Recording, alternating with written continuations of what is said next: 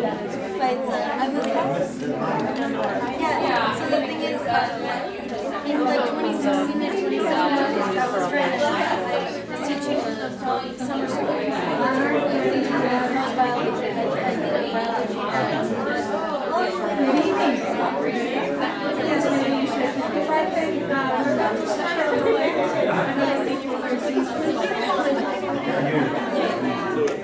How much closer is this? No, chin. Hold it up to your Hold it up to your chin. Vertical. Yeah, and a little higher. No, not horizontal. Not horizontal, vertical. Vertical. I feel like I can probably project better than the microphone, but there's no. Okay, Good now you're evening, good. everyone. Welcome. Thank you so much for being here tonight. My name is Aida. I'm the president of ASA. We are co-hosting this event along with the city of Glendale, and we're so happy to have you here tonight. So at ASA, we're the Armenian Engineers and Scientists Association, and we promote STEM and leadership. And we know that leadership comes in all shapes and forms, whether it's in labs, classrooms, startups, or cities. And tonight, we are very honored to start our evening with a very special guest whose leadership has guided our city as both mayor and now council member Ellen Asatian.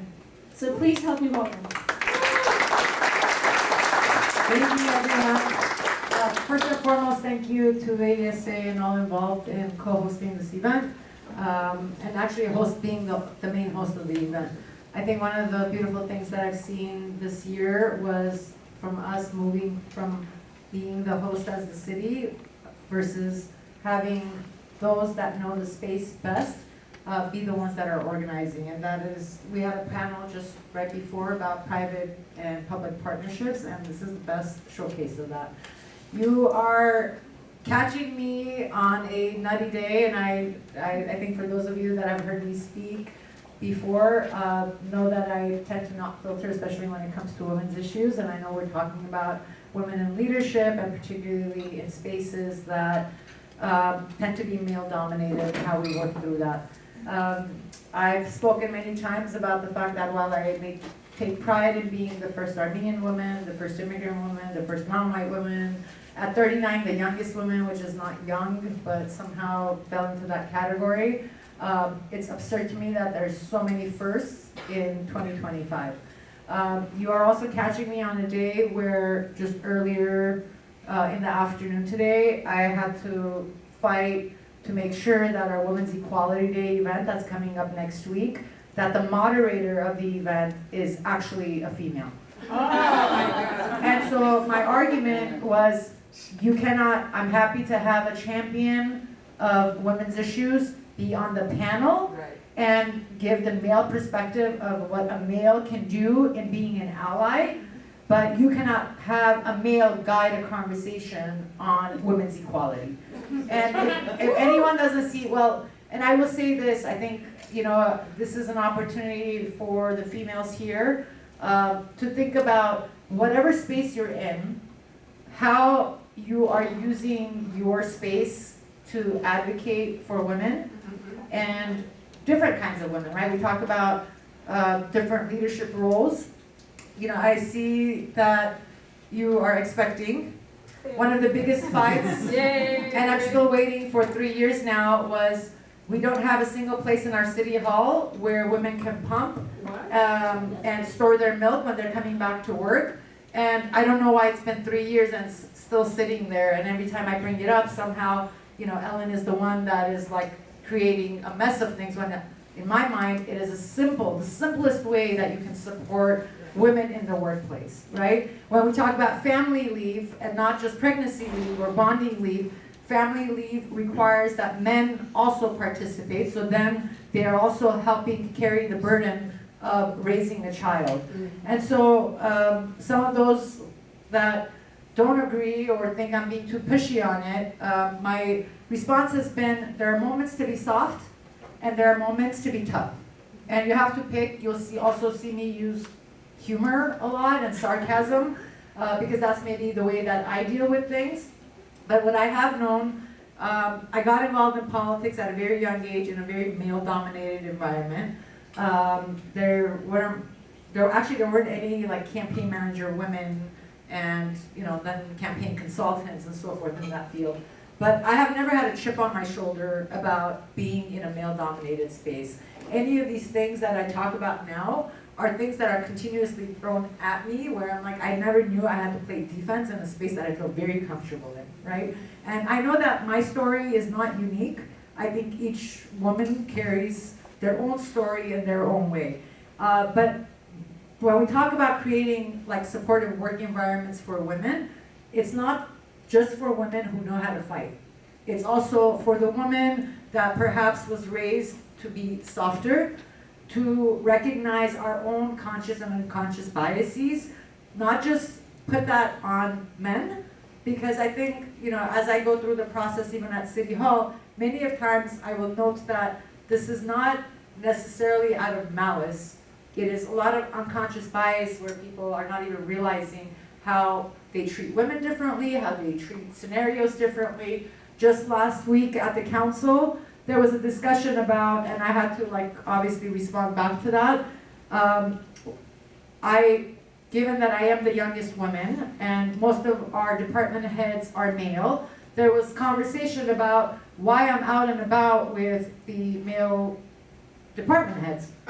And so now you have, and this happens a lot to women in private conversations, where locker room-like conversations then create awkward work environments, which then contribute to this little boys club that's being held together, which then keep women out of conversations. We all know that most of the important decisions are not made in the boardroom, and they're not made in formal meetings. They are made over drinks, and they're made over lunches, and they're made over conversations.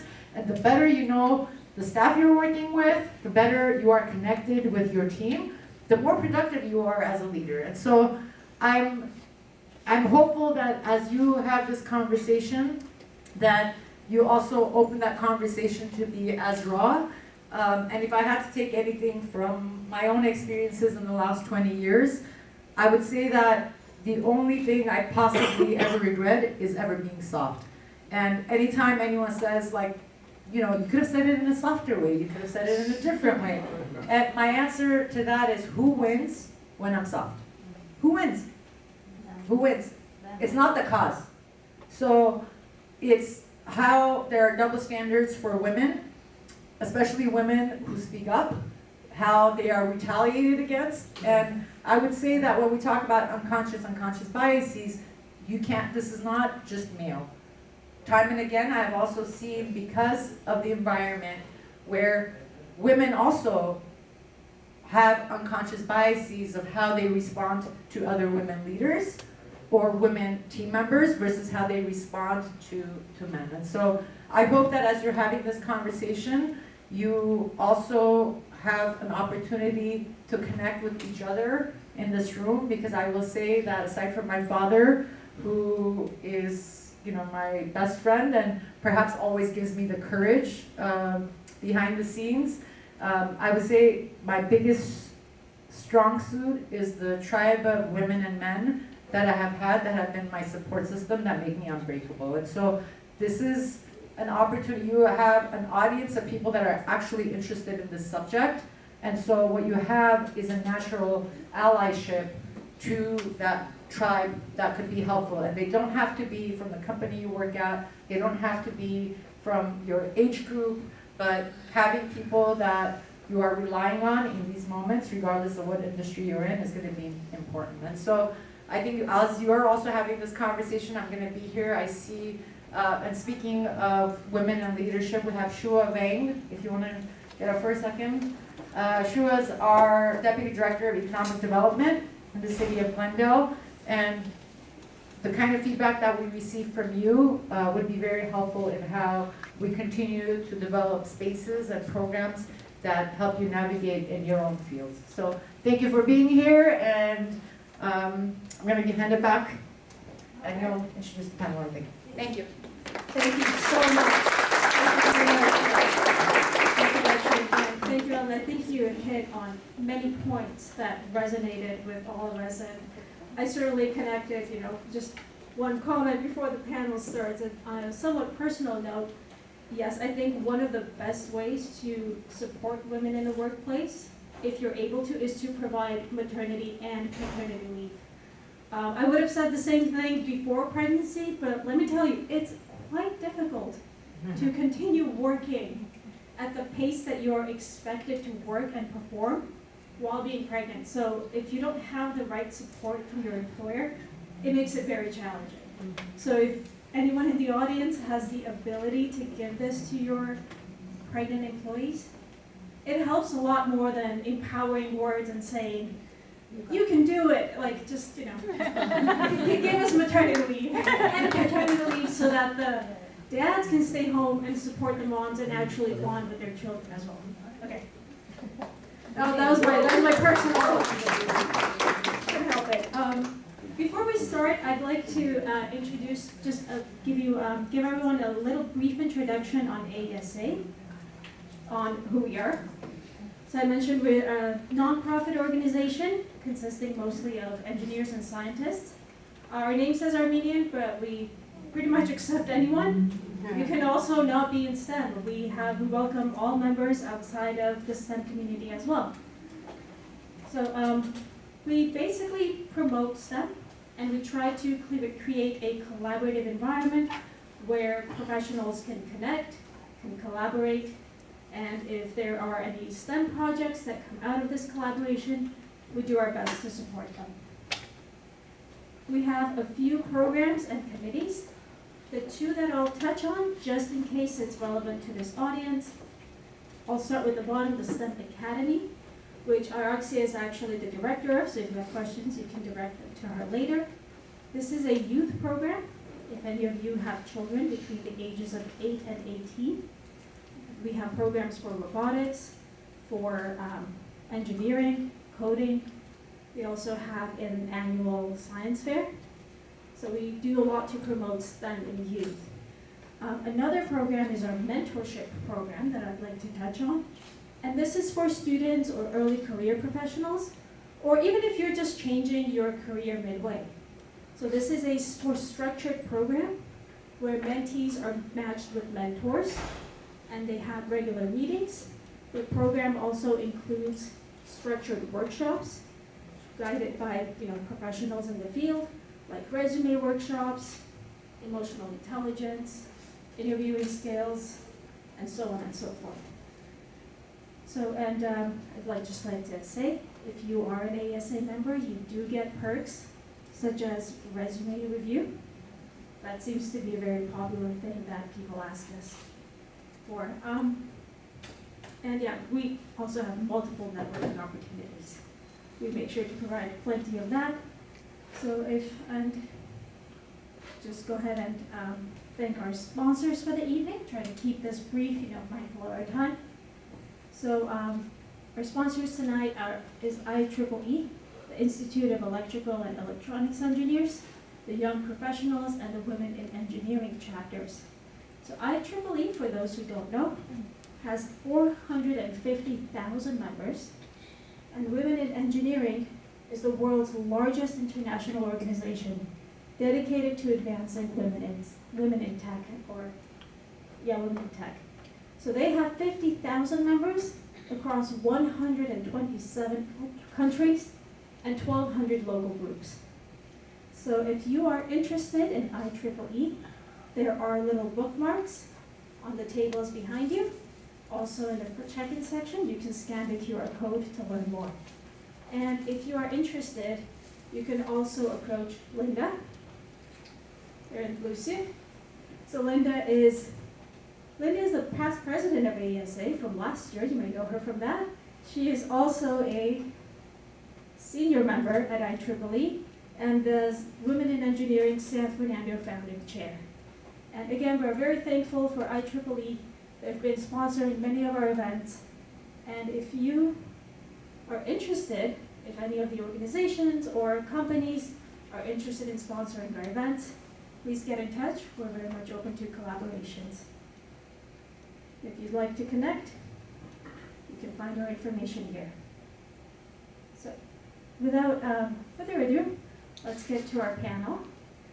And it is my pleasure to introduce our moderator for the evening, Araxia Najayan.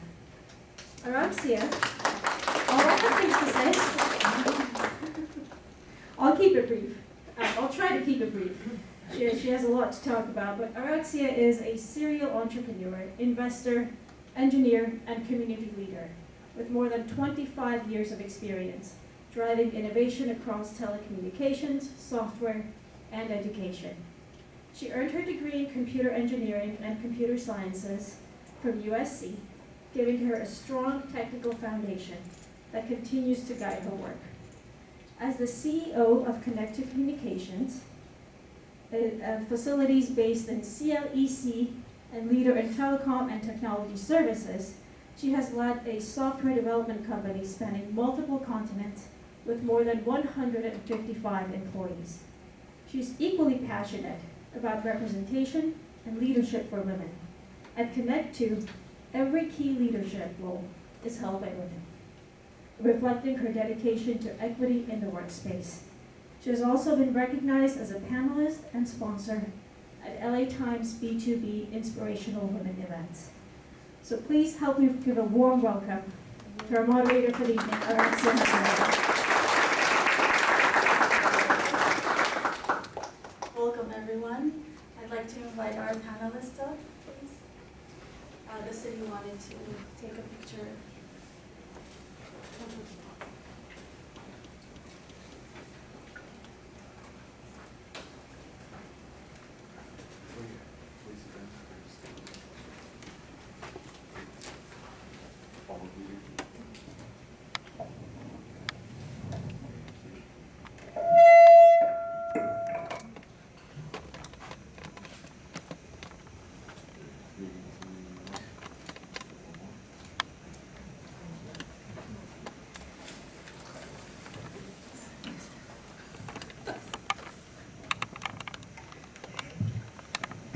Welcome, everyone.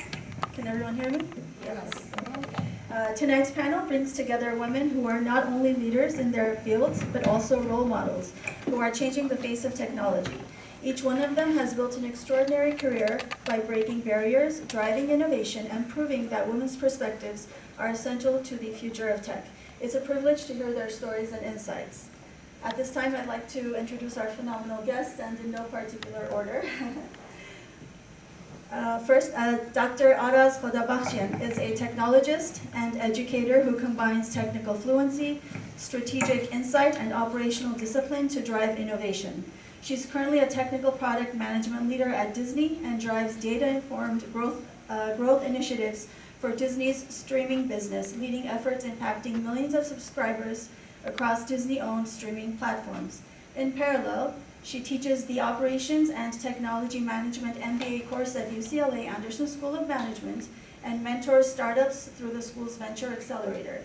She also serves on the board of the Armenian Engineers and Scientists Association and is an angel investor with STAN, Science and Technology Angels Network. Aras holds a PhD in Decisions, Operations, and Technology Management from UCLA Anderson School of Management, and BS in Electrical Engineering, and an MBA both from Sharif University of Technology.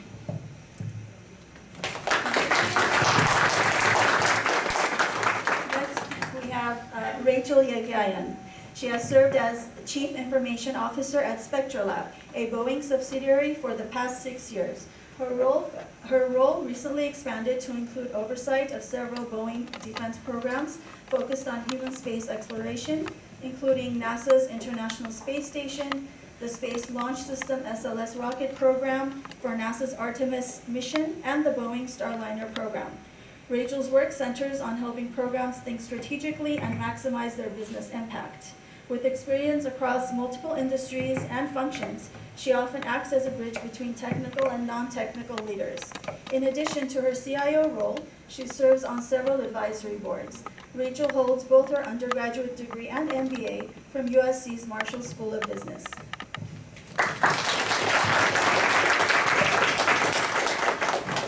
And last but not least, Beth Hilbing. is a versatile, experienced, successful executive with extensive experience in managing infrastructure and global client services for the entertainment, insurance, aerospace, and banking industries. In her most recent role at Boeing Corporation as Senior Program Manager and Principal IT Business Partner, Beth has a focus on innovative technologies in engineering, manufacturing, and supplier management, and digital architecture and applications. Delivering agile, cost-competitive solutions so customers can reduce costs, drive efficiency, and optimize operations. Supporting mission-critical government programs and new business contracts estimated in 100 million in size and up. Prior to that, Beth was Director of Global Collaboration Services at Northrop Grumman Corporation, focused on engineering and operations to support collaboration technology spanning domestic and international operations. Prior experience includes managing teams up to 600 in size, budget responsibility of more than 120 million. Product management, mergers and acquisitions, vendor management, cloud, mobile, cybersecurity, global client service structure and support, and financial management. Beth also serves as co-CEO for C-Suite, which is the premier national organization fostering executive-level relationships for business development, collaboration, and expanded career paths.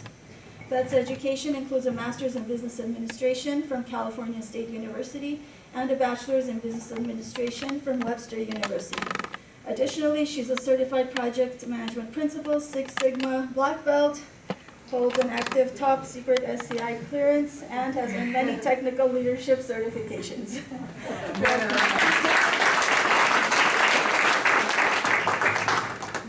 It's an honor to be here with this phenomenal woman. With that said, let's begin our discussion. I'd like to direct this to all three of you. What inspired you to pursue a career in technology? Were there defining moments that shaped your career path? I can start. So I've always had an interest in technology, and I was interested in this question because when I wrote my responses, so I was a little practiced. I can remember cooking my first hot dog in a microwave. I can remember my first flip phone, which was about this big, from Motorola. And I started my career back when they did the punch cards for programming.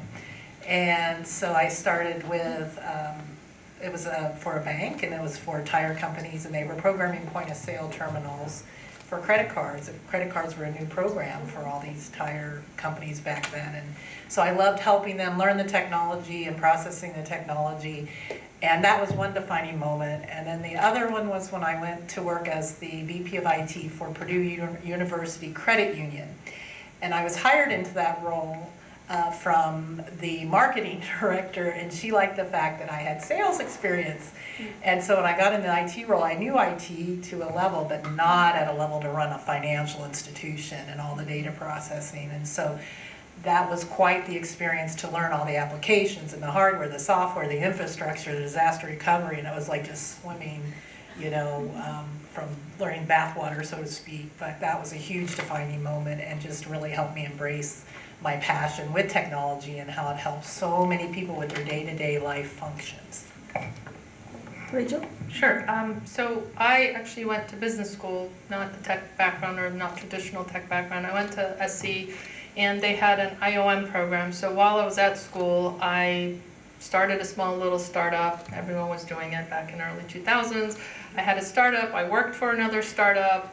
And then the IOM department really started, I gravitated towards that. It was information operations management, and so wanted to go into tech consulting. The dot-com bubble burst. It took longer for me to get into leadership than I wanted, but I really loved what IT, what technology, what information could do for business. And so for me, I gravitated towards that. Worked at a bank. I worked as a programmer. I was hired into Boeing to program, so I developed, if anyone remembers Cold Fusion, that's when I met you. Started developing Cold Fusion, really got attracted towards project management. When, long story short, they told me every 3 years you have to learn a new language, and I was like, oh, that's great, okay, I'm going into project management. And then led a bunch of really cool things. I was a chief of staff for a while for the BDS, CIO basically for Boeing. Got to lead some large infrastructure projects for Boeing, you have Amazon today. Back in the day when you didn't have Amazon, how do you request infrastructure when you're a large program like the programs that Beth leads? So did that for a while, and then I came to my come to Jesus moment and decided it was time I left Boeing. It had been 9 years. I left Boeing, went to another aerospace corporation, worked for them, another large enterprise initiative, global initiative, ran that, and I asked about growth and leadership, and they said, you want to move to Pittsburgh? And I had just had 2 babies back to back, and I was like, no, thank you. And so I had my maybe career-defining one of 2 moments where I said, I think I'm done with IT. I'm an MBA. I have my business background. I can do whatever. So I went work for Medtronic, which is a medical device company. They produce insulin pumps, and so I went work for them as a marketer. I was a product owner for the insulin pump. It was a 770 product. Ran that for about 1.5 years, and really learned what quarterly business cycles meant, learned what marketing meant, learned what it means to keep a business afloat, and meant what it does if you don't, right? People get cut if you don't meet numbers, and so, a few quarters and you learn that quickly, meant what it took for compliance, for legal, for ethics, all of that when you're marketing a product, especially when FDA is involved.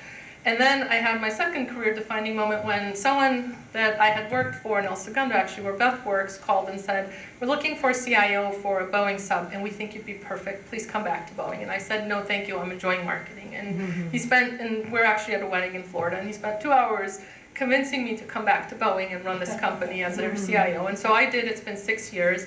It's been awesome. I wouldn't change it for the world. After 5 years, I'd done everything I was gonna. I started getting bored, and so I started raising my hand again at work, and I was like, is there anything else? And so they said, hey, so there's this other program where they're called Boeing Exploration Systems. So anytime they send humans into space or anything with humans, there's satellite programs, there's no humans involved, but anytime there's a mission with humans in space, we're looking for CIO to run those programs. And so that was about 1.5 years ago. It's been fun. I've traveled more than I need to in the last few months. But yeah, we're out of Kennedy Space Center. We're out of the Michoud assembly facility in Louisiana, Houston, Huntsville, and so there's just been a ton of travel to bring these teams together and really up the team. And so that's been the journey. Thank you. Aras? So similar to Beth and Rachel, I think I also was driven by curiosity from an early age, trying to understand the world around myself, how it works, trying to spot problems and come up with creative ways to solve them. I believe most of us share that experience. But soon enough, I learned that in order to feel fulfilled, I'm not only driven by ideas and interesting solutions, but also ways to incorporate them and execute on them and see the results in the real world. The more I grew, the more I realized that if I want to fulfill that desire, I need to pursue a career in engineering. That's why I did a degree in electrical engineering as an undergraduate. And part of it was influenced by my environment. Growing up in a family where there were several engineers and technical people in my immediate and extended family definitely had a role to play. So I wouldn't say there was a specific moment, but it was more of an upbringing and a journey.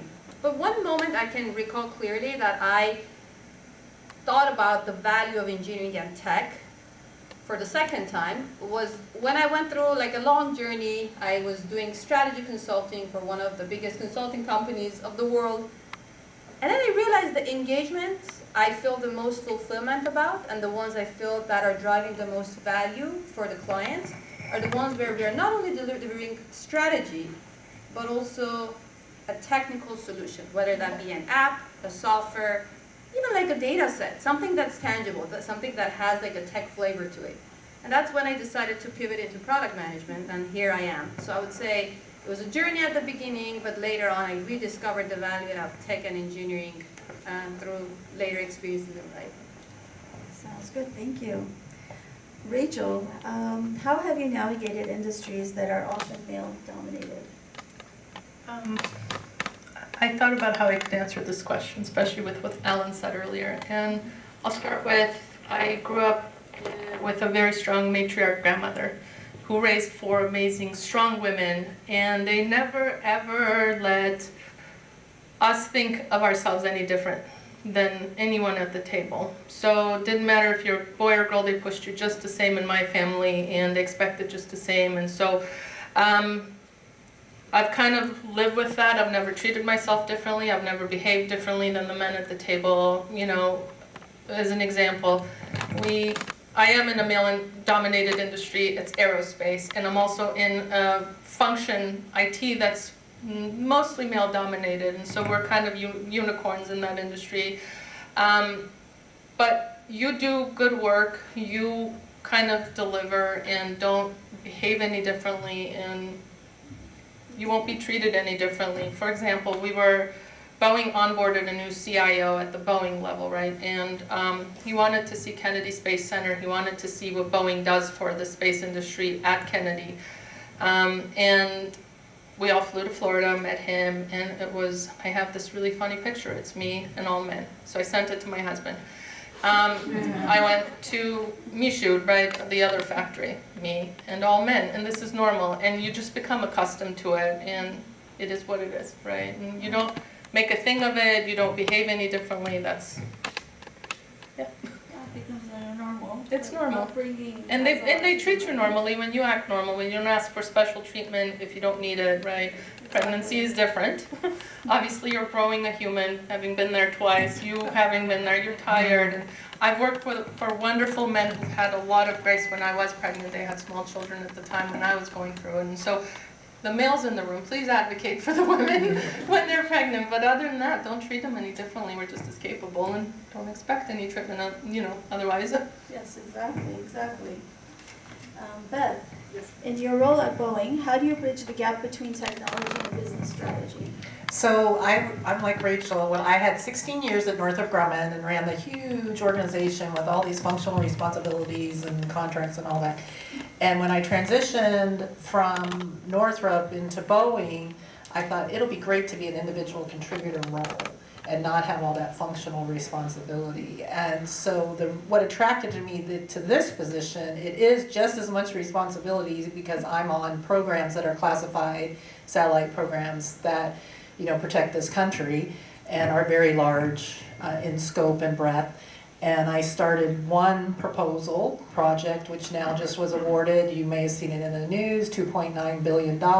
It's a huge deal for the Boeing, what she's doing for the Boeing El Segundo office. It's a huge deal. And they're gonna hire over 1,000 people in El Segundo in California, engineers, which is fabulous. And it's good for the country. But what I love about this role is you are a mini CIO for the programs, and so you're bridging the enterprise services to what the programs need to stand up and build their technology, so it's applications, manufacturing, data centers, high cluster computing, engineering tools and applications, and setting up desktops and phones and networks, so it's a whole breadth and scope of all the IT services, and you're with the programs, and so you're with the executives as they talk about their technologies and what they need to do to deliver back to the customer, and it's just a wonderful experience, and I've thoroughly enjoyed it. But it's that understanding of all the technology and the different facets of technology, but also having the executive presence and management to be able to navigate between the programs back through to IT and to be able to speak both sides. And that comes, I think, from a blend of technology and business upbringing and education that allows you to do that. Exactly. Thank you. Aras, Disney has a long history of storytelling and a deeply established audience base. As technology and innovation play a bigger role in shaping the experiences, how do you, as a product leader, ensure that technology enhances the audience experience rather than detracts from it? Yeah, thanks for that question. So you all know that Disney has more than 100 years of history in storytelling. And obviously what resonated with audiences 100 years ago is not going to resonate with audiences today. The young generation has their own preferences for the type of content they want to engage with, the format, the length, the platforms they prefer to engage on, either it's being devices, technologies. So with all of that, there has to be a lot of innovation that happens in companies like Disney. And that innovation happens in two different fronts.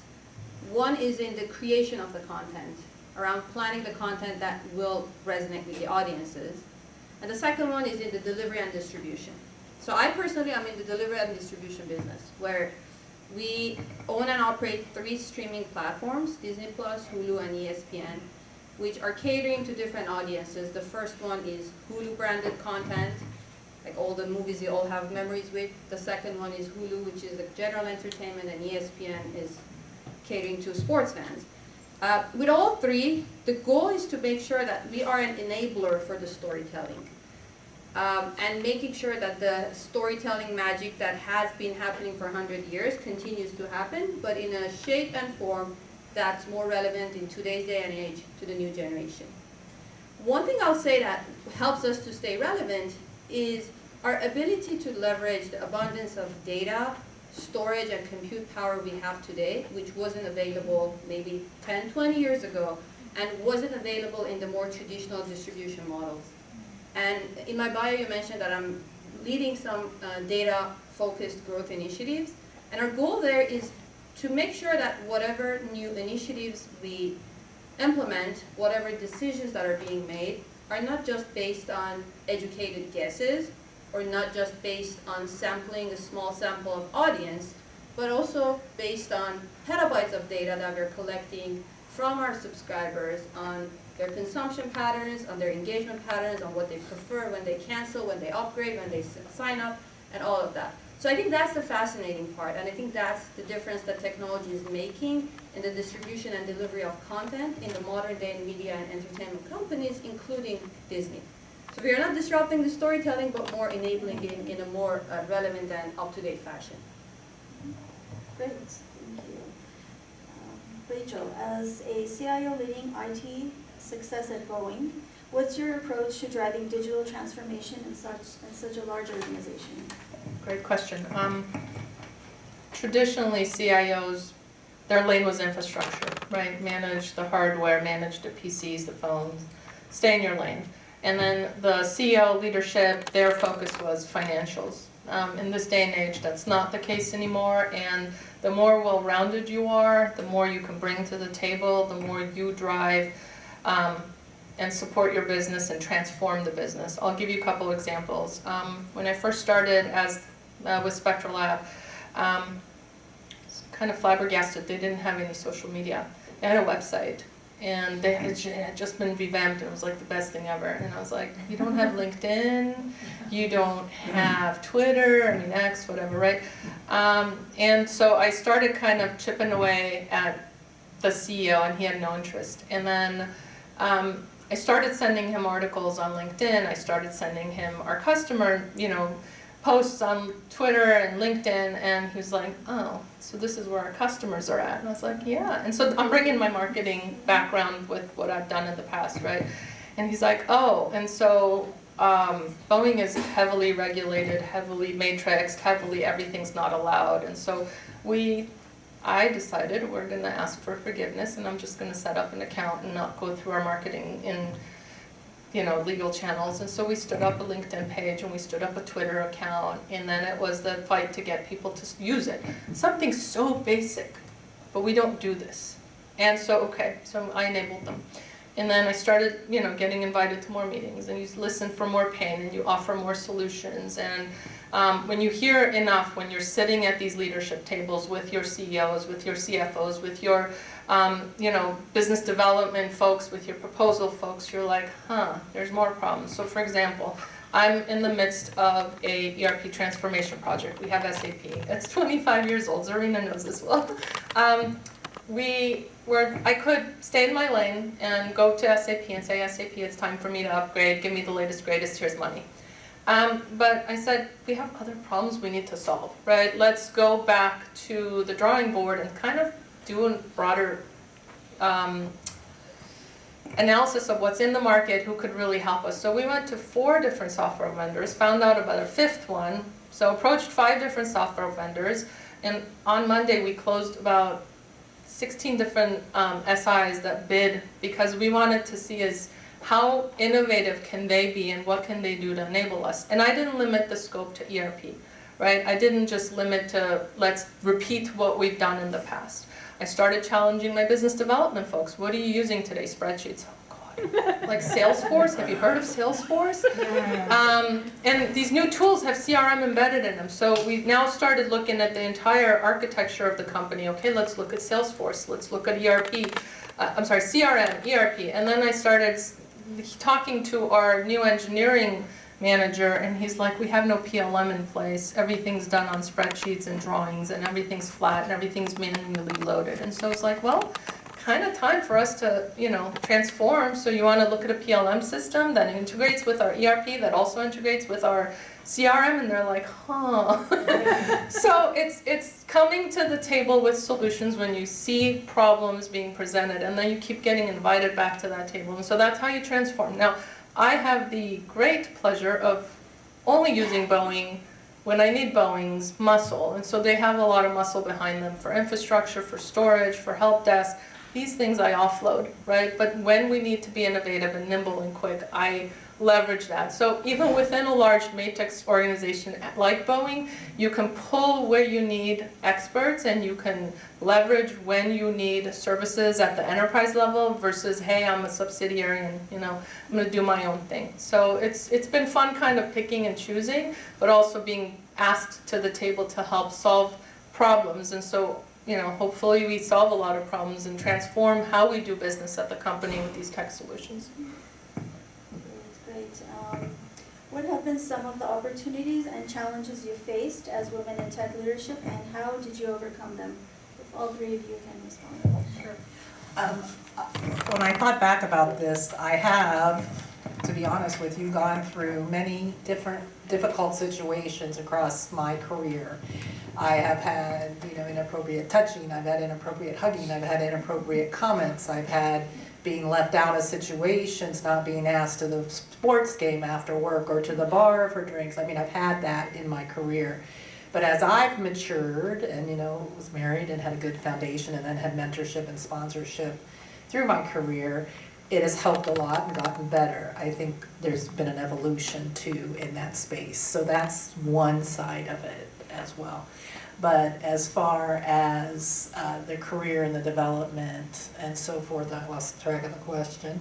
Some opportunities and challenges. So opportunities, there are many opportunities, and you have to, as they come your path, look at it, grab it, take the opportunity that you're not comfortable with.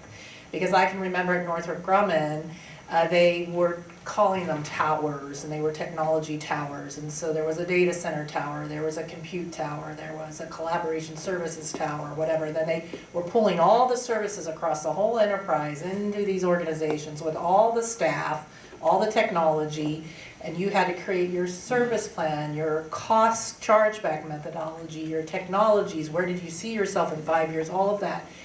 And so all of that was new to me, but I decided that's where I would grow, that's where I would expand.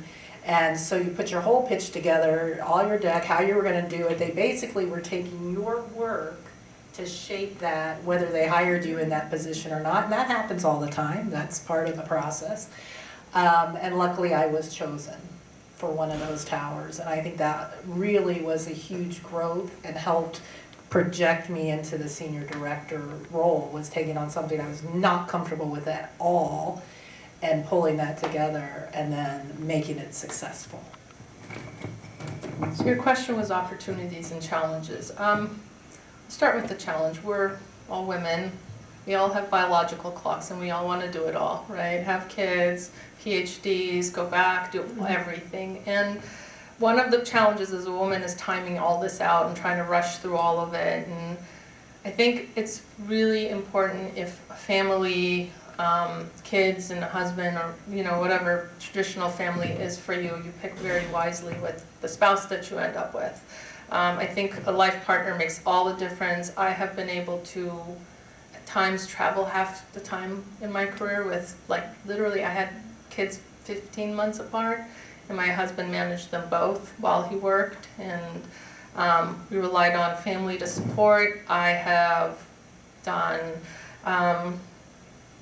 I have lectured. I used to work full-time and work part-time lecturing twice a week. My husband lived through that with me. I'm on a lot of different organizations, some of them with Beth, some with other people, but I'm on a lot of organizations. All this stuff takes time, and so you have to have a life partner, and that's my opportunity and challenges. We have challenges as women when you get pregnant, when you go back to school, when you go back to school again, when you take more training. This has been my, latest challenge of the last, year is I want to go back for some certifications, CISM or CISSP, and I just don't have time.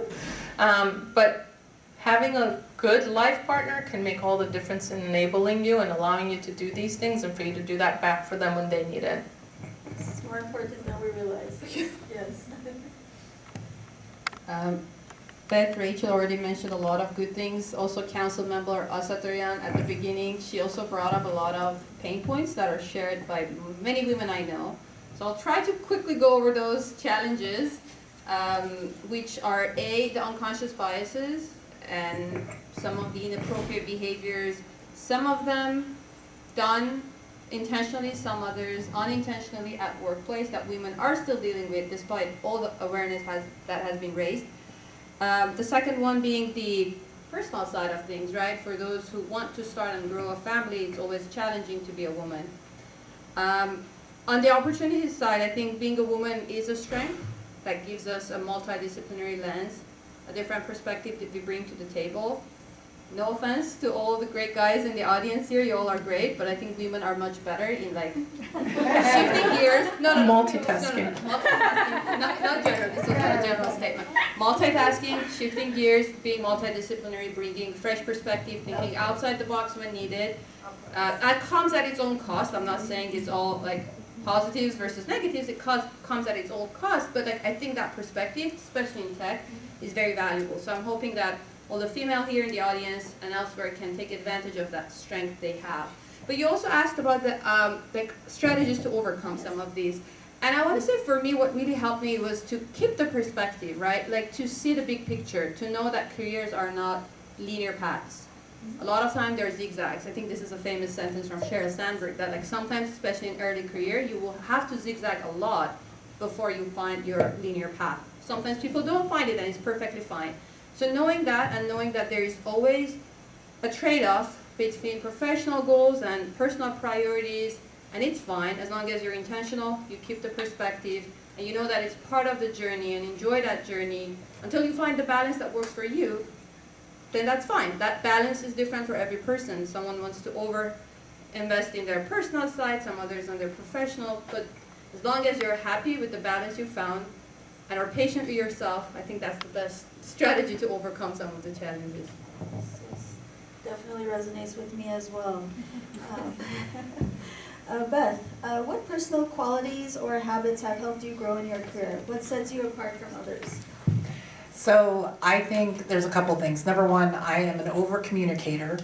I make sure that everybody understands what's going to happen now, today, tomorrow. I send a lot of emails. Some people love it, some people hate it. And I am huge on lists. I have lists for shopping and home and work and extracurricular activities, and I just love those lists. They're everywhere. But it helps keep me organized. And the other thing I use it for is you can always go back at the end of the year when you have to do a performance appraisal for yourself or give input. You have a whole history of what's happened. I do status every week. I do my to-dos. I keep a spreadsheet of all my projects and activities and conversations and all of that. So you have all of that to pull and draw from. The other thing is I just like people, and I like to be around people and be part of teams, and I do that in all my roles. I treat them like they are part of a team and we're working together towards a common goal. And I know it sounds kind of cheesy, but it does help a lot make your work enjoyable and everything you're doing enjoyable. And I try to represent what I would like the end result to be. Iris, would you like to answer some questions? Absolutely. So I would say there are probably three things I want to call out. One is curiosity and being openness to the 1% chance of being wrong, even when I'm sure I'm right. I think that really helps a lot. That helps learn a lot. That helps us keep an open mind and not be rigid in our opinions. It takes a great deal of humility and vulnerability to admit that we're wrong or be open to opposing ideas. But I feel like the biggest breakthroughs I've had were in the moments where someone was able to challenge me and prove me wrong, and I learned a ton from those experiences. The second one I would say is bias to action. So no matter how many good ideas you have, as I mentioned earlier, if you have that bias to action, to put it into action, build something, see the tangible results in the real world, and have that ready to showcase your ability, that also gets you ahead of those who are just dealing with abstract ideas. And then together with the second one comes the topic of resilience. That's the third quality I want to talk about, because when you do something, when you take action, then you open the door to failure. You open the door to criticism and feedback. You open the door to pushback. And with that, you need a lot of resilience to not give up and keep pushing and keep going on with that bias to action. So I would say these three together have been things that I feel like have helped me along the way, and maybe in some instances have set me apart. Rachel, how do you mentor or support women entering STEM careers today? So I think there's two main ways, in my opinion. There's two main ways. There's the formal ways and the informal ways. I've done a lot in the formal ways. I'm part of a large organization, so we had a lot of large initiatives and mentorship programs, and I've always, one way or another, been part of it, whether it's been an engineer who has questions, whether it's been IT rotational programs that I've helped mentor folks. I have always been involved in it one way or another.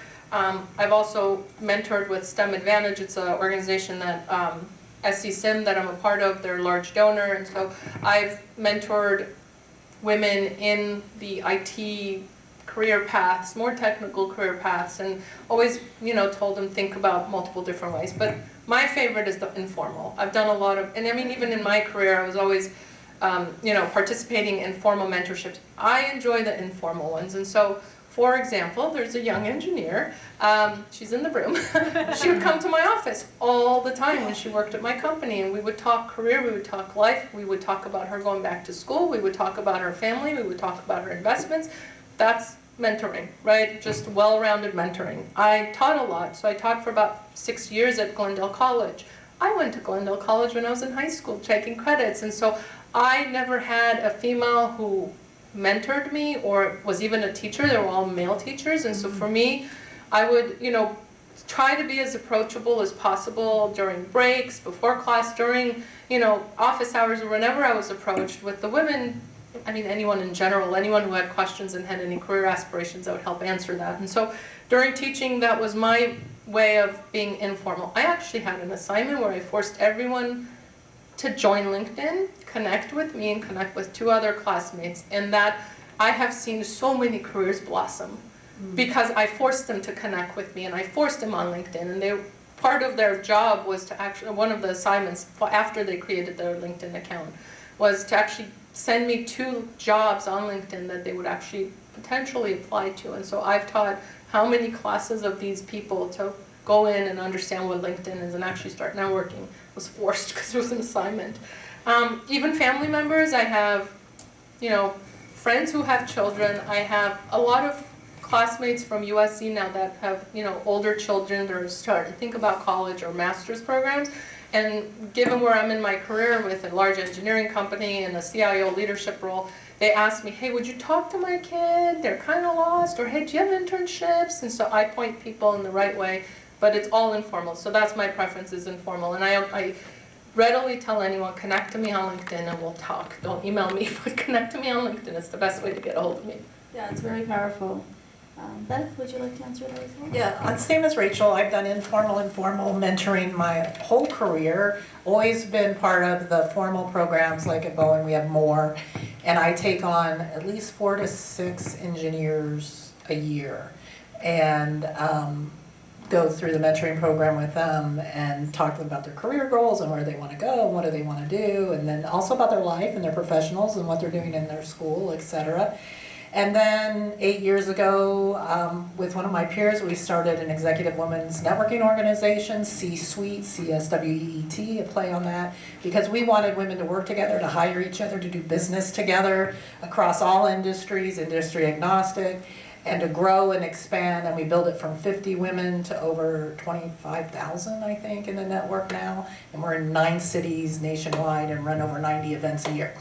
And then also, I sit on the board with Society of Information Management. I helped start one of their programs, gosh, 9 years ago, I think it was.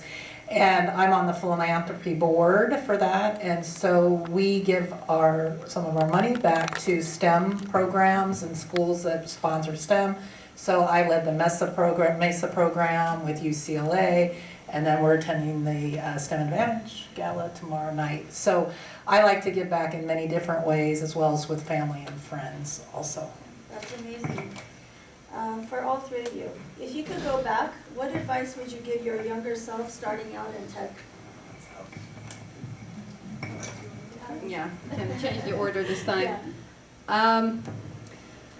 2 things. One, being open to non-traditional career paths.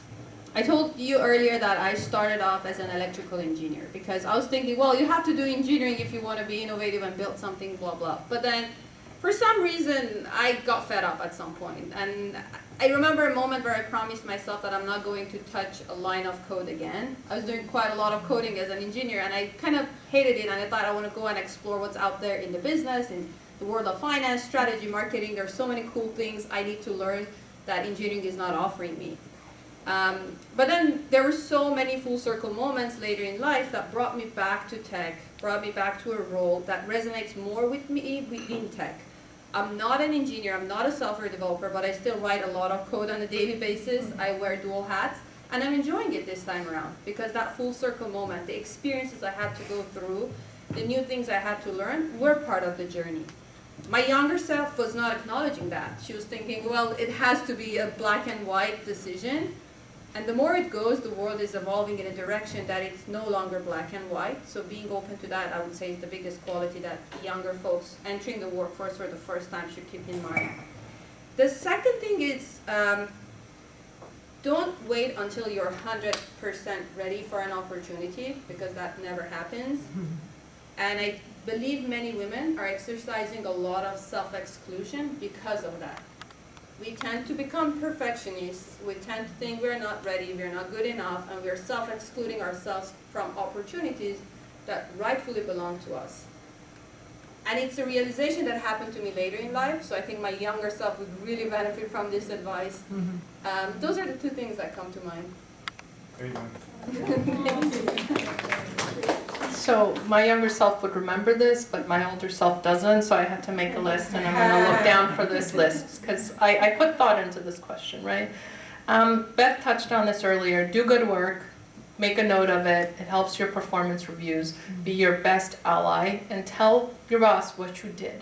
They're not going to remember. Come year-end, performance, reviews, they have probably 10, 15 to do, and they're just trying to rush through. Do their homework for them. Give them a list of things. This is what I accomplished. This is what I did. On my phone, I have a list. And every time I feel like that was pretty awesome, it's my brag list. Like, I did this. I'll go in, put in 2 sentences. This was something my executive coach told me. Doesn't have to be long. It doesn't have to be well edited. Just go in and put in, I did this, I pulled this off today. I even shocked myself, right? And so it's your brag list. So help your leadership understand and acknowledge what you've accomplished, and you can always go back. So that was the first one. When I was a chief of staff, I had a boss who was really awesome. I still meet with this boss quarterly, and we go to lunch even though he's long retired. And one of the things he taught me, his name's Tony, one of the things he taught me was this phrase that said, when you're green, you grow. When you're ripe, you rot. And it's such a good one, right? When you're green, you grow. And so I struggle with, I never want to rot. You never want to be, outdated from a programming or any kind of language or perspective. So stay green, challenge yourself, put yourself in a vulnerable position for someone to check you and say, oh, okay, didn't think of it like that. So that's 2.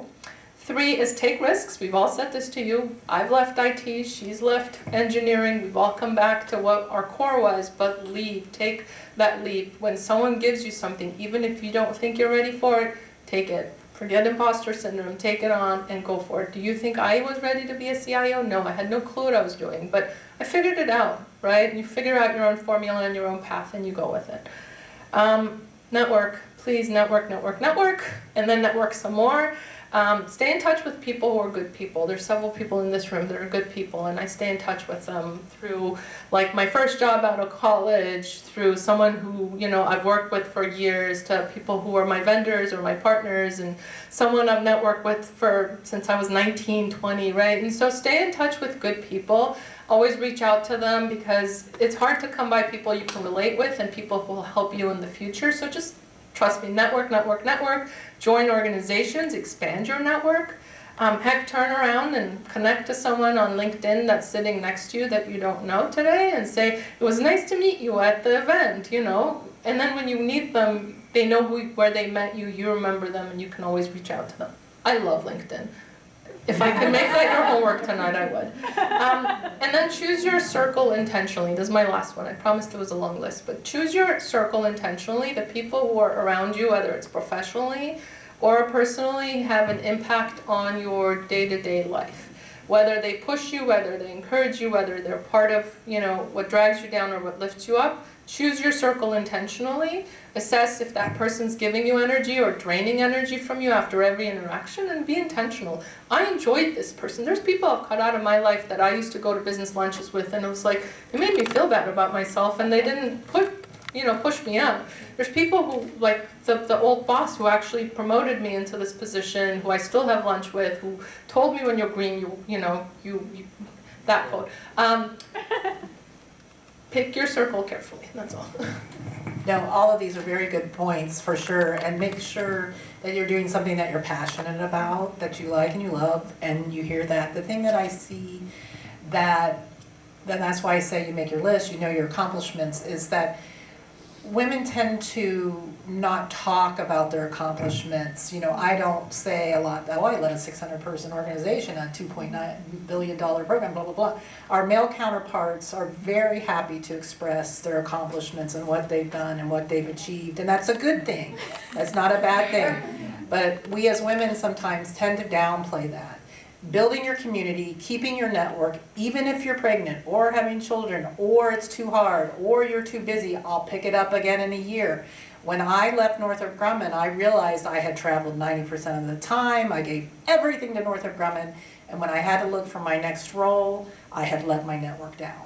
And my network was gone, and that's one of the reasons why we started that networking organization. Was we realized that this is a tendency that women do. They get very focused on their family, their friends, their current life, and you need to always be looking out for the next thing and where you want to go next, and keep that vision ahead. Take the time to work with a coach or an executive coach. I just did my 5-year plan, and I'm 61, and I said I want to do it for work, I want to do it for family, travel, my building community, and what I'm doing in the philanthropic arm, and broke those pieces out and laid it out for the next 5 years, with and without my husband input, because you're an individual too. So just make sure you're taking care of yourself. I like that. I'll steal that idea for the 5-year plan.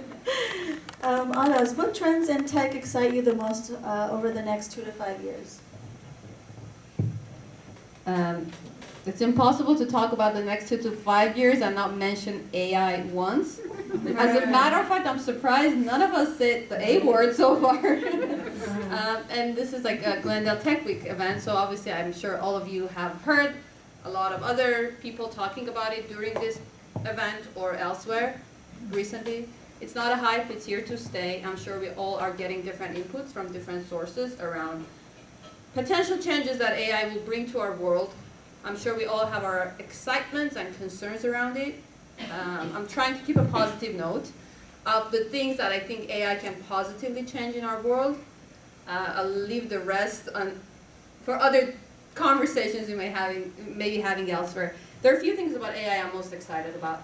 One is its ability to impact the critical areas of society in a positive way. What I have in mind is healthcare, agriculture, environment. I'm hoping with the abilities that AI is unlocking for us, we can bring better health outcomes for patients, better life expectancies, better quality of life, and things that were not available to us previously, AI will enable in the area of healthcare, similarly for agriculture, more efficient ways of growing food, healthy food for masses. So that's one area that I'm excited about. The second potential, again with AI, I'm hoping that we will see more responsible use of AI. So far it's been the Wild West, but hoping that down the road there will be more ethical and responsible ways of using the technology, either through regulations or more grassroots efforts to make sure that its benefits get to more people at scale without the potential for exploitation. And then the third thing, coming from my role as an educator in the operations management area, I'm excited about AI being able to unlock more operational efficiencies for companies. From an operational management perspective, usually the leaders have to make that trade-off between cost, quality, speed, and sustainability. Usually you can't have all of that at one place. But with AI, with like better access to data and ability to leverage that data, especially in more proprietary models within each company, we will be able to unlock some efficiency gains that will allow companies to deliver goods and services that are both cost-effective, high quality, at a faster speed, and hopefully in a more sustainable way. That all said, if the leaders have the will to do that, but I'm optimistic. So these are the positive changes that I'm hoping AI will bring to our world in the next 2 to 5 years. Sounds good, thank you. What trends in tech excite you over the next 5 to 10 years? Adrian? Thank you for taking the AI one. I've been to so many tech panels and tech forums, and it's the topic of the last 18 months, and it's all people talk about. But the question was 2 to 5 years. I'll challenge that 5 to 10 years. Next 5 to 10 years, in my opinion, quantum. Whether it's quantum cryptography, quantum networking, quantum computing, it's the future. And so my job as part of a lot of teams has been to help educate other CIOs as to what the challenges are for quantum that are coming. Everything you know today, whether you're in banking or you're in any industry, will be challenged by quantum cryptography. What we do today, how you pick your pins, how you pick your passwords can be broken like this, like before I finish this, with quantum computing, because it's going to have amazing computing power, right? Even in quantum networking, we work in satellites, and there's on one of my last panels that I actually had someone from Boeing who works for the quantum networking, where they're trying to do quantum networking. So we're talking satellite to satellite, but communicating in space using quantum computing. It blows your mind when you think about it. There's computing as well. So the infrastructure that we're putting in place today to handle AI, when you have quantum computing, is going to blow everything out of the water. It's going to take a lot to get to that, but quantum is the next 5 to 10 year trend that I think we need to start self-educating and preparing for as tech leaders. Yeah, I had picked AI and robotics, but I won't do the AI piece of it. But with robotics, that excites me because I've been to the BMW plant in Germany, and they had all the robotics doing the cars. But where it was really cool is they were using it to help their aging employees that couldn't stand all day, or they couldn't see, and they were using the robotics to help that. I just had my gallbladder, I know I'm TMI, but I had my gallbladder out, and it was all done by robotics. And I saw the machine in the corner. I said, what's that thing with all those arms over there with the little knives on the end? But it's just so much more precise than the human hand and everything. And then what they're doing, all over the world with robotics, and especially in engineering. I think that's very exciting. Yes, it definitely is. Okay. How do you see women's roles in technology evolving? What are some common career paths you see in your industries?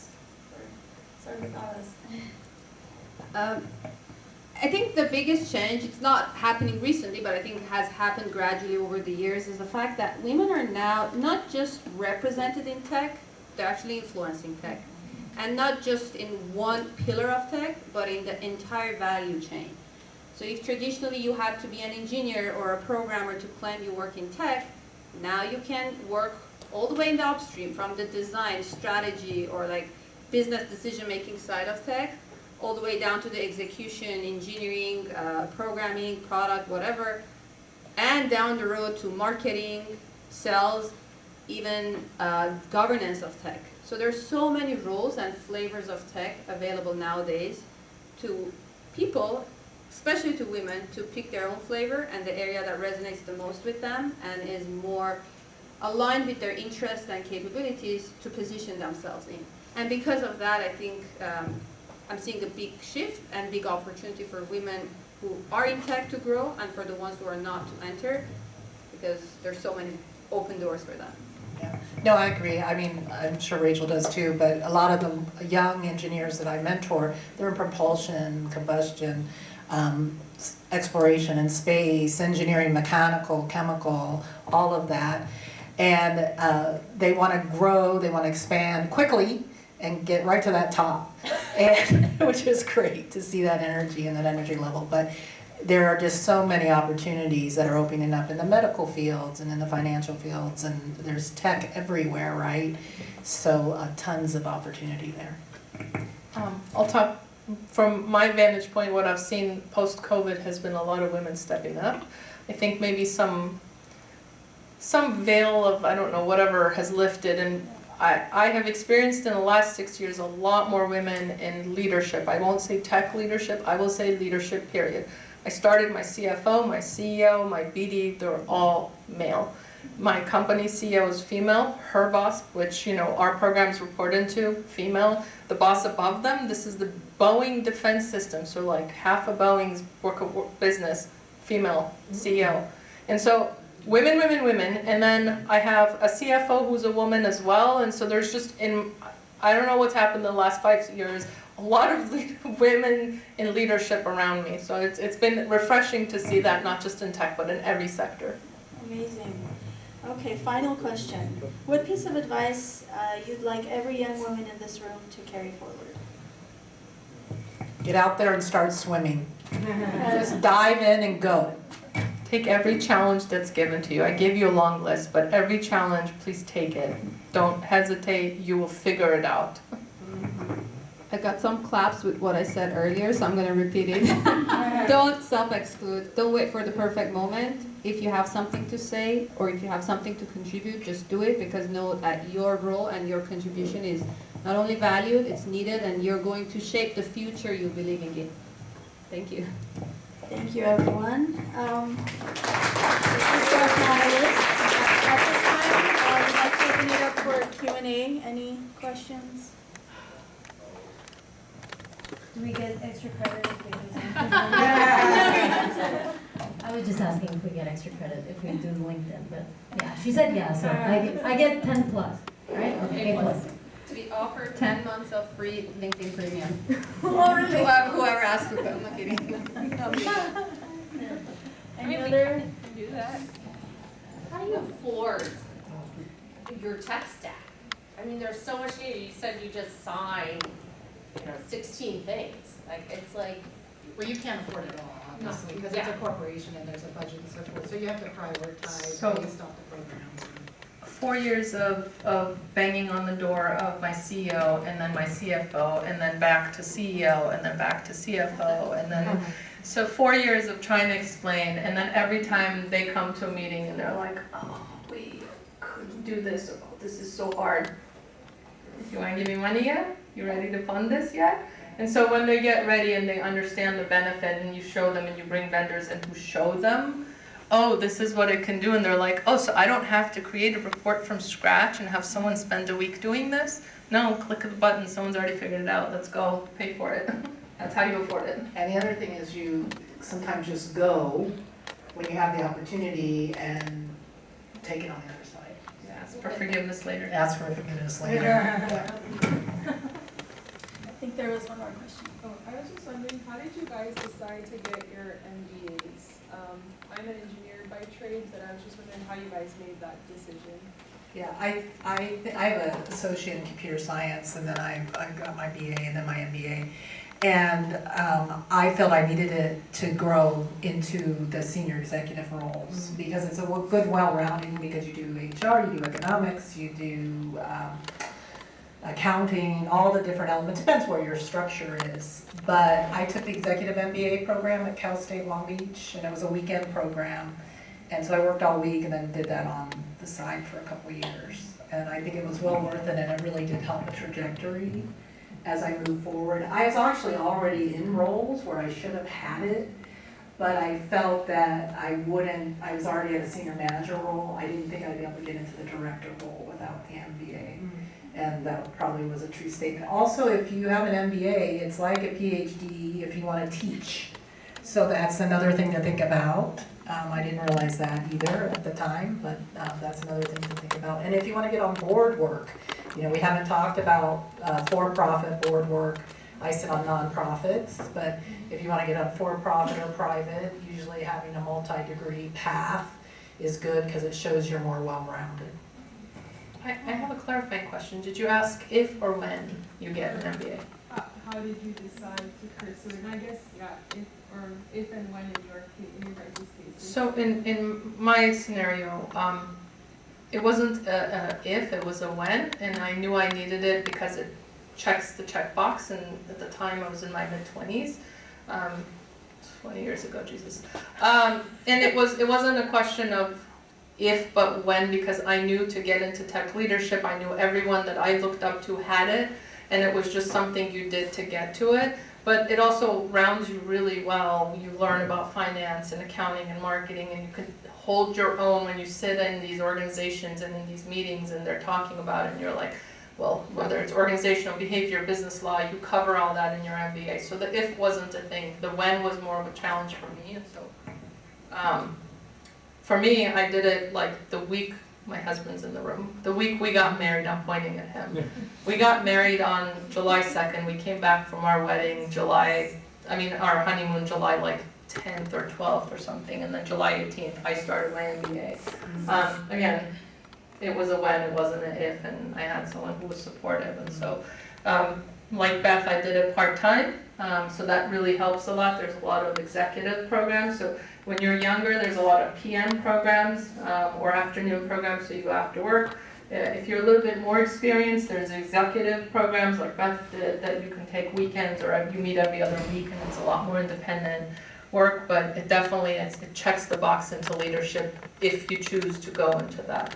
And a lot of corporations pay for it now. I mean, mine was fully paid by the company, so that was really good. It was actually interesting. They wouldn't pay for the shortened executive MBA program because it was $5,000 more than the traditional, but they would pay for the traditional. So it was just interesting. But just ask. Always make sure you ask and push for it. But if I may offer some recent insights from my students who are doing an MBA at the moment, because I think things are changing and the world is evolving, is that I was in management consulting before. Many of the consultants, after 3 or 4 years of burnout, they were looking forward to doing an MBA as a break so that they can go into corporate roles and get out of management consulting. In the most recent quarter I was teaching, half of my class, the MBA students who were already working in corporations, having corporate jobs, were looking to break into management consulting. They're doing case interviews to go into management consulting post-MBA. That to tell you that it's always best served, like MBA best serves the people who have a plan and know what they want to get out of it. Because if you're just going there because you're fed up with the current trajectory you're on, or you're trying to do something different, probably it's not worth the investment in this day and age.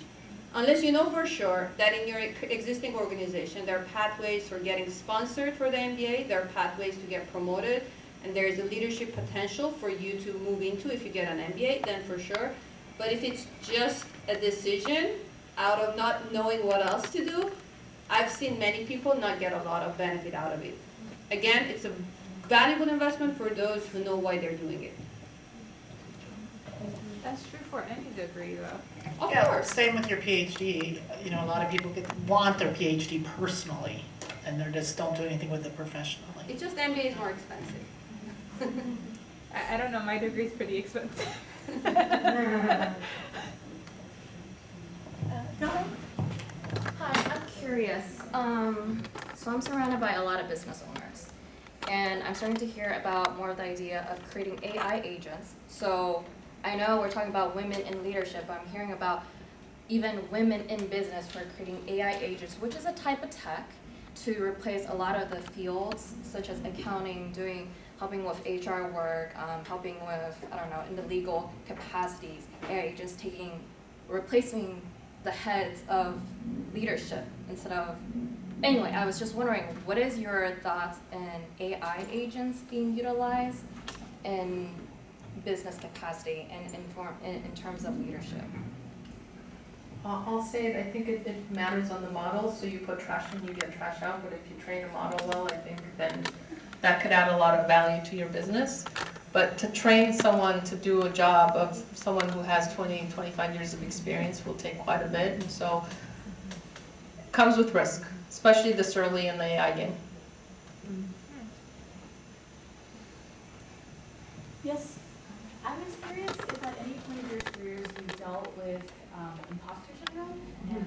Oh, yeah, a lot. A lot. And in fact, you know, we've done a couple modules on that at C-Suite, but with executives, and I think women have that a lot when they're going through their careers, and you're like, why am I here at the table as the only woman at this table, right? And I had a woman executive say, you just have to kind of compartmentalize it and just focus on the things you need to do to go forward. But it's also a growth kind of recognition that you may need to pick up some skills or grow, but you do deserve to be there, so you should try not to take that on.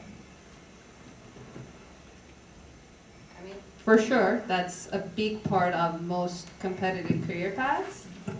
But as I mentioned, being able to accept that, acknowledge it, being vulnerable, and know it's part of the journey makes it much easier. I deal with it all the time. Comes and goes, right? You're in a room full of men, you're in a room full of super smart people who are like PhDs, and they're looking to you for support or help or ideas, or just even sometimes not even anything technical, just leadership, right? They're looking for someone to help guide the conversation or curate the discussion. It happens all the time, but acknowledge it, and it's just a feeling, kind of like fear when you're going to do something new each time. But the more experience you gain, the easier it gets. And just acknowledge it as part of any challenging new thing, right? Whether it's learning to ride a bike or learning to lead a room full of people or whatever the scenario. I was just gonna say, I'm not in the field at all, I'm in the medical field myself. So what is one thing that I was particularly asking you, Rachel, because you worked in Medtronic, what is one thing that you would say would help me, like, up my game? Because I don't have the support system. I don't have any of my family that is anything to do with medical. I was the one that at the age of 6, I was reading medical documents and needing to translate. I was that person. So the thing is, unfortunately, I don't really have that background. So what is one thing that you would say to all three of you wonderful ladies? What is one thing that you guys would do for me to, you know, like, step up my game and try to, like, network? What are your career aspirations specifically? I want to work in the ER. As a nurse, as a doctor? As a doctor. Okay, so you're Armenian? Yes. Armenian doctors, what is it, AMAA, or is it Armenian Medical Association, AMC. Join that, please, and network. There is a bunch of people who have been there, who have struggled alone like you are now, that will be more than happy to lift you up. My sister's a doctor. If you need a reference, start with me and I'll start connecting you. But this is the power of networking, right? You have several people who have physicians in their life. You know, raise your hand, go connect with her, and connect her with the physicians in your life and help out the system. Oh, thank you. Nice. Thank you.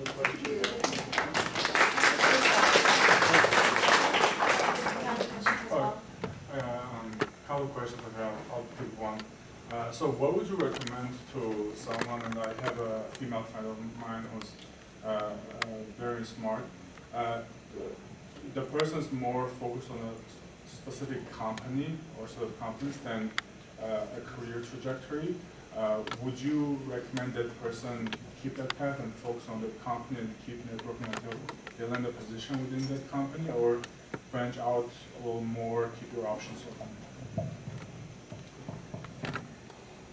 If that's a question for me, I mean, obviously we're talking about a lot of hypotheticals, and there are a lot of it depends in this, because obviously we don't know about that industry, that company, and it depends on that person's situation, whether they're comfortable not having the job or not having the job that's ideal until they land a job with that company, or if they want something better paying in the interim. So all of these play a role. But I would say experiences don't go wasted. So like along the way, if this person has a choice between not gaining any experience or gaining an experience that's suboptimal with their own standards, I would say the latter is better. It's always better to gain some experience and build the confidence as a result of that experience. And then again, keep knocking on the door they've been knocking on until it opens. But what I'm not suggesting is for them to wait until the perfect opportunity opens, because this goes back to the conversation we had earlier about not waiting for the perfect moment, because a lot of times these like non-traditional career paths, which at the beginning don't seem very appealing, end up being the best choices we make along the way. That's my 2 cents. I pick, go both, right? Focus internally when you're there at work, network when you're at work, and then externally network and find other organizations and expose yourself to a lot of different networks and do what you can. So, I mean, it's your career, it's how much you put into it. I would like to just sit there and watch TV 8 hours a weekend. I choose to do other things with my time. I multitask, and so do both. Why pick? And sometimes they're not as exciting. Like I used to work at Warner Music Group, and I love that job, and I go between New York and Nashville and LA and all this stuff. And then I come to aerospace, right? And you can't spend $5, right? But they all have a certain attraction to them. And yeah, so I agree with Rachel. You kind of focus where you, if you need to work, where you need to work, and then you can focus on the other one and transition over. Sounds good. Any more questions or? Okay, with that said, we'd like to conclude our discussion today. Our utmost thank you and appreciation to 3 of you. Would like to present you with a small appreciation gift.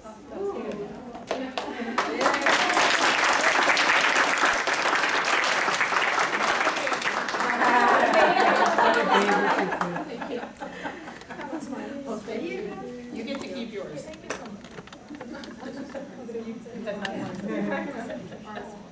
Thank you. Thank you guys for your time tonight. Thank you so much. Mingle and network.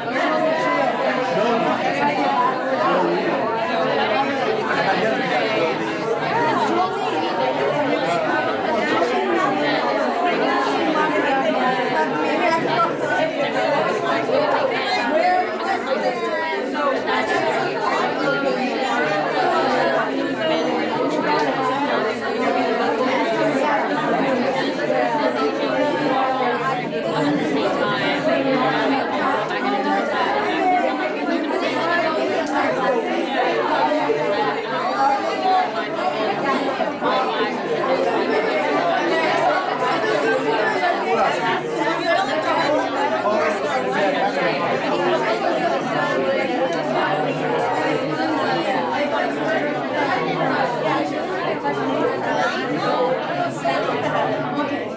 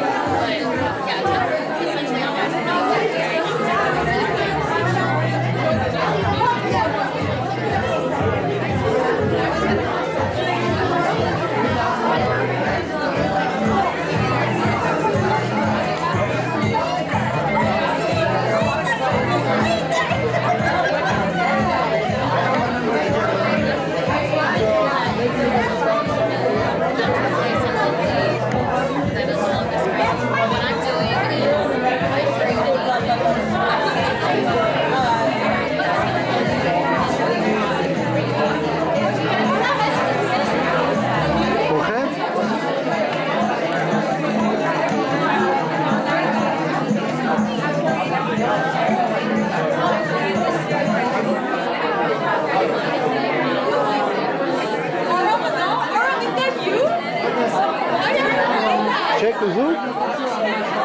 Ne? Esasız uzun. Çek uzun, çek de var büyük. Are you recording? Çek uzun, çek de var büyük.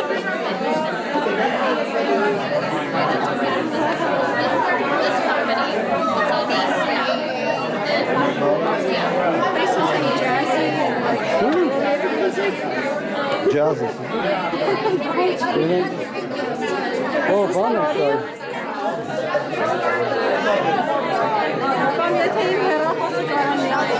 Bak kim kesti.